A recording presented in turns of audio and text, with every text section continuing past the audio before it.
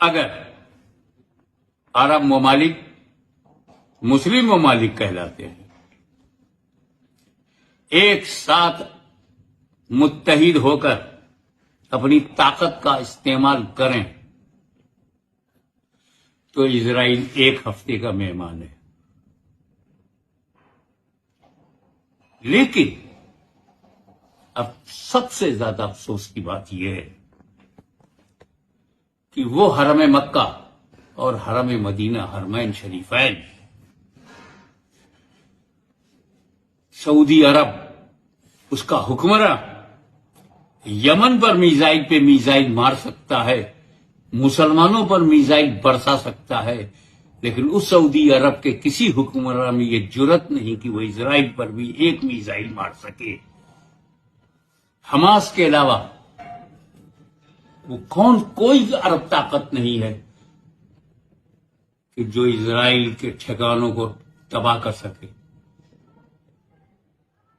میں اسرائیل کی تباہی کی بات نہیں کر رہا ہوں، میں عرب مسلمانوں کی مسلم ریاستوں کی حقیقت سے پردہ اٹھا رہا ہوں کہ یہ کس قدر بے غیرتی بے شرمی کی حد تک پہنچ گئے ہیں کہ نہ انہیں قبلہ اول کی پرواہ ہے،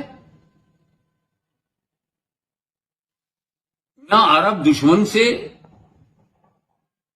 لڑنے کے لیے اتحاد کی ضرورت ہے. کیا چاہتے ہیں یہ مسلم ریاستیں؟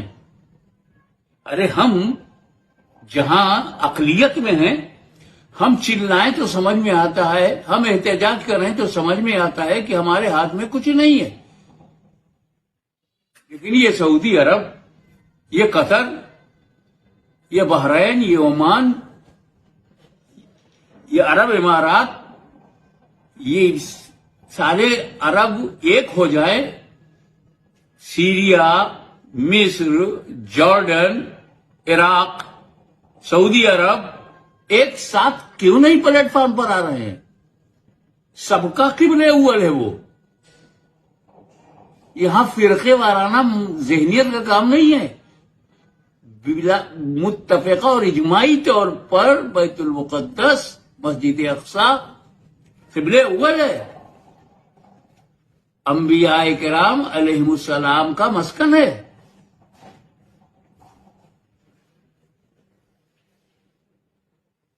ایک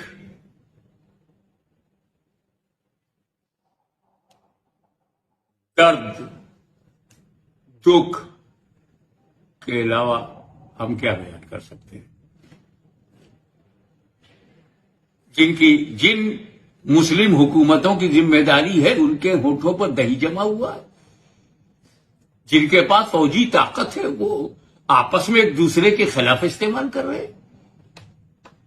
سب نے اسرائیل کو معاف کر رکھا ہے.